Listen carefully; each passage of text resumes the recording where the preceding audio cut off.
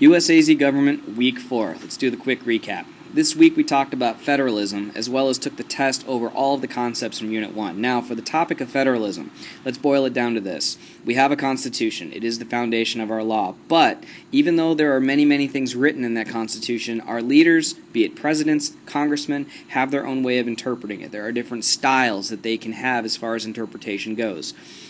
That comes with the powers that are granted in the Constitution, and you need to understand the constitutional powers as we go throughout this course. You discussed expressed powers, powers just for the federal government, declaring war, patent rights, copyright laws. These are things enforced by the federal government.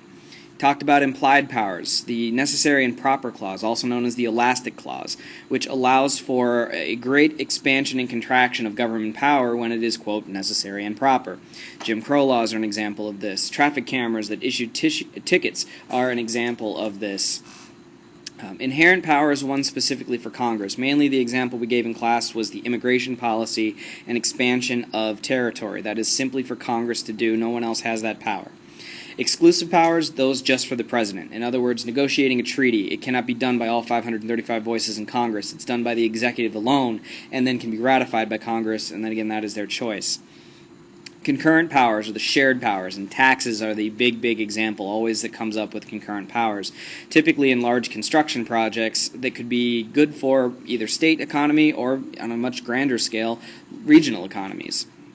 Now ultimately, the federal government, the Supremacy Clause upholds that the federal government cannot be superseded by the state. That is the Supremacy Clause of the Constitution. You need to remember that it was McCulloch v. Maryland that set that precedent in stone.